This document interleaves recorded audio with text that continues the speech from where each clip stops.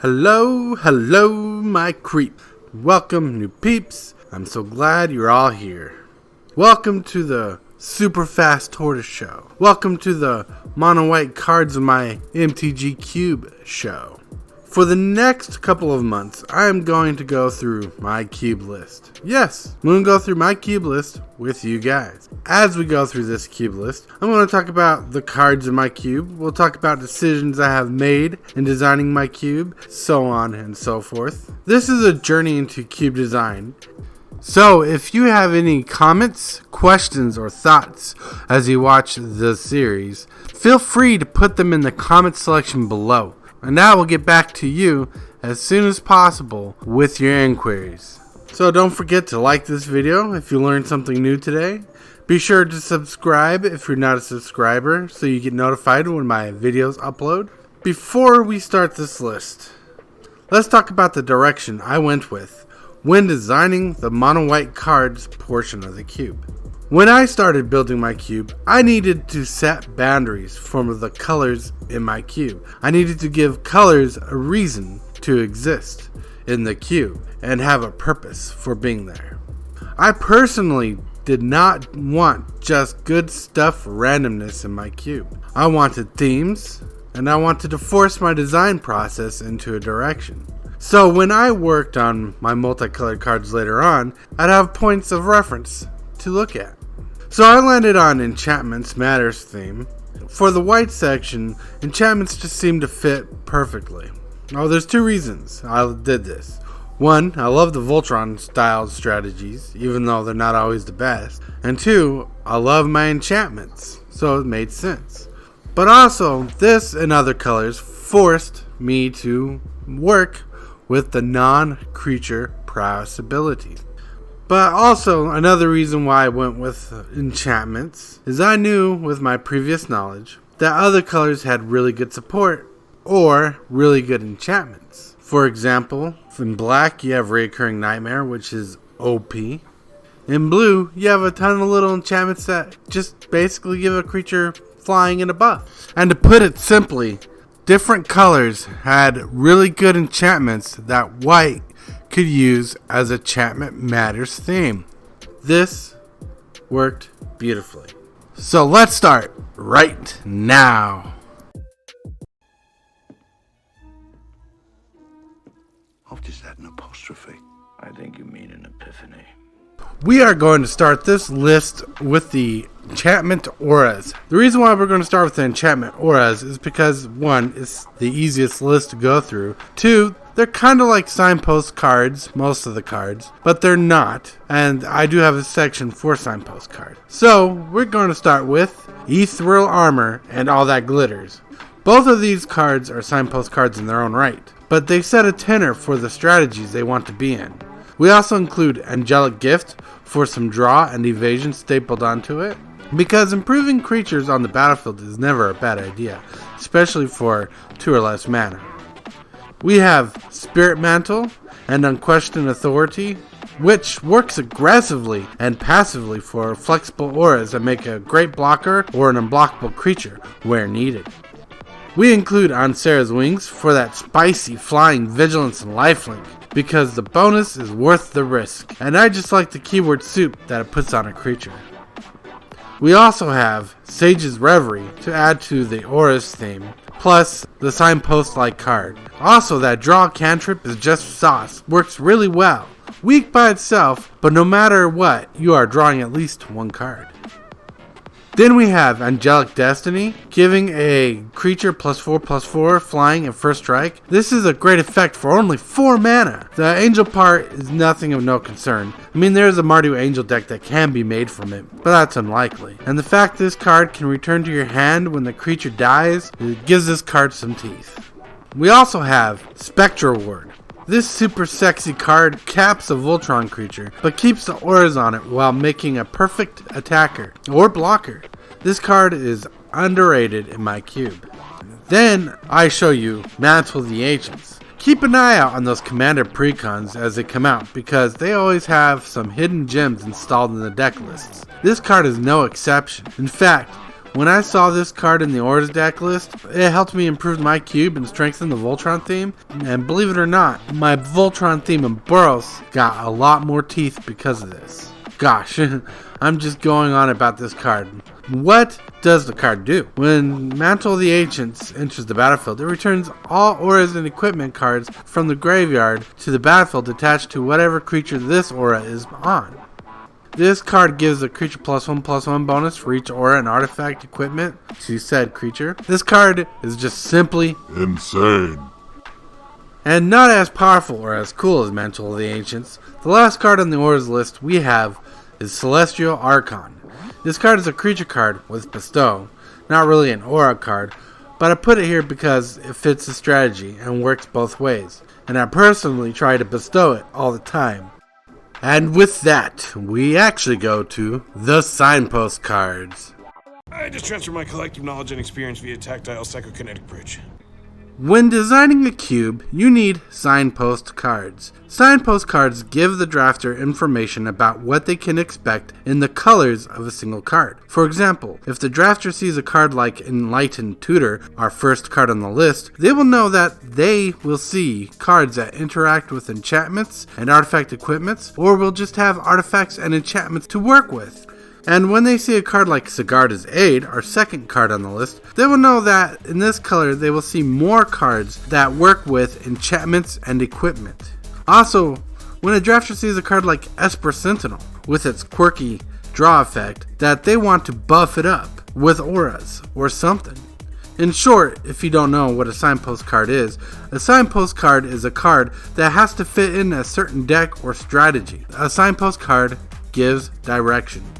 Then we see SRAM, Senior Edificer, and Core Spirit Dancer that showcase the support for Voltron style decks. This lets a player know that they will see auras and equipment in the cube for this strategy. We also have Phalanx Leader, who is a team player who wants to be targeted by your spells like auras and other things. He really supports the team. Open the Armory we have as a tutor that supports what I say about directing players to draft in that direction. It opens up the opportunity for players to select cards they might overlook if they didn't have this kind of support. Oh, and we have this special gem, Umbra Mystic, giving your auras more meaning while on the board protecting your investments for their long-term strategy that really work for auras. Then we have Danitha, Capuchin Paragon. This creature is just loaded with abilities and makes your auras cheaper to cast. Monastery Mentor, who has Prowess, is really good for this kind of deck because he cares about non-creature spells with his Prowess ability. He makes tokens that have prowess, so enchantments fit in this theme. Plus, a card like Monastery Mentor shows that he can fit in different colors, like blue for its instants and sorceries, black for its instants and sorceries, artifacts in the colorless, all sorts of good stuff. We have an obvious signpost card, Mesa Enchantress, who wants to make the draw mechanic in any enchantment boost your game. We include Fabled Hero, who basically tells a player that we want to run auras with his heroic ability. Then we supplant the enchantment theme with Sphere Safety for a defensive strategy. A defensive or offensive strategy. One of my favorite cards ever, we have Sigil of the Empty Throne, that makes 4/4 angels off of casting enchantments. This is really solid, and this card is very selective, showing people that they want to be playing enchantments with this card. Sigil of the Empty Throne is either going to be a really powerful card in your deck because you drafted correctly, or it's going to be something you pass up because you don't see the support as much. That's how signpost cards work. Signpost cards don't have to be selected to do their job. They tell you what the card wants, what the strategy is, and if it is viable, you're going to select it. If it's something you're not seeing viable, you don't have to select it. On top of this list, we have Celestial Ancient, showing the player that there is merit in running the enchantment strategy. Celestial Ancient is a team player by buffing the team whenever you cast an enchantment. And now, onto the removal section of the white cards in my cube. Alright, I'm in. Because look, there's some next level shit going on around here, and I'm with that. And here we are on the removal cards for the white cards in the cube. It is without question why some of these cards are on the list, and where some cards get questionable is where enchantments matter. Here we start with the two classic removal spells in white. We start with Swords to Plowshares and Path to Exile as two powerful removal spells that they are. Then we have Giant Killer because of its versatile function to be a removal spell, plus with its board controlling shenanigans. Then we have Declaration in Stone at sorcery speed, being good against token strategies and also just getting rid of that big creature. We start on our enchantments that are removal with Suspensions Field and Journey to Nowhere. These two cards are just strong. And we get Banishing Light and Oblivion Ring just for the sake that they target planeswalkers as well. And we have Stasis Snare for the flash speed creature removal. And we end this segment with the possible board wipe, which is good overall, that is Quarantine Field. This card grows with the game. The fact that it can have multiple targets is huge, I mean huge. So this card gets an honorable mention as a secretly good card. Now on to the board wipes. Are you kidding me? As we enter the board wipe sections, I must note, this is an important section in white, because like the removal list in this section, it is to service the entire cube. Out of the white cards in cube, these board wipes are the most aggressive selection of cards here, because not every color offers board wipes, and this is by design to force players not running white to pick white cards. It also forces white players to go in different colors because any monocolor section in this cube is not sustainable enough to stand on its own. Because in the multicolored cube, you want drafters to be aggressive in picking cards but smart about their pulls and picks. And you, the cube builder, have to guide the process. And we start with Wrath of God and Day of Judgment for the classic board wipe selection. We move forward with End Hostilities to go against the Voltron theme, because it is important to install cards in the colors that hate on its own theme in the cube to help manage the power level. We include Fumigate for the value that is worth the additional 5th mana, and we also have Chroma's Vengeance to clear the board of everything we possibly can, also for that cycling ability if the card is not needed. And we end this list with Martial Coup, which holds a lot of value in the limited game. The tokens that this card can generate really can swing a game in your favor. Now on to the Planeswalkers. Bleeding hearts of the world unite! Planeswalkers. Planeswalkers are important to the game.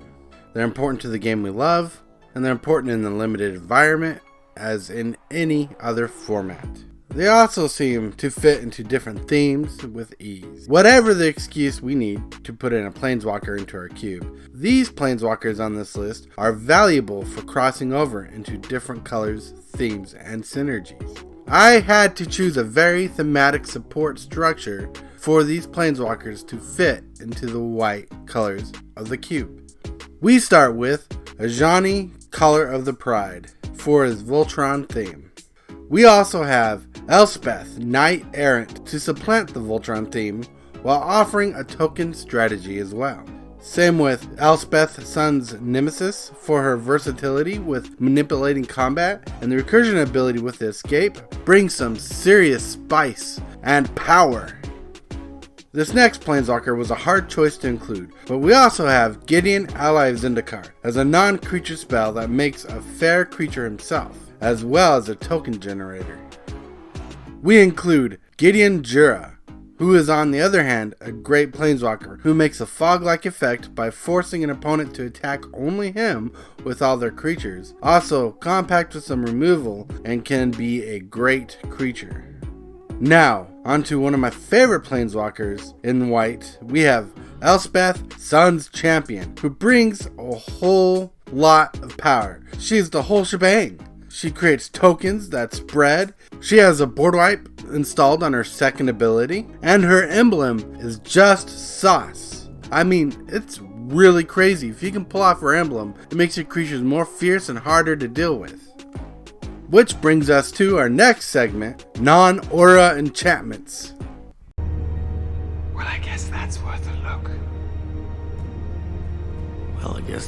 a look.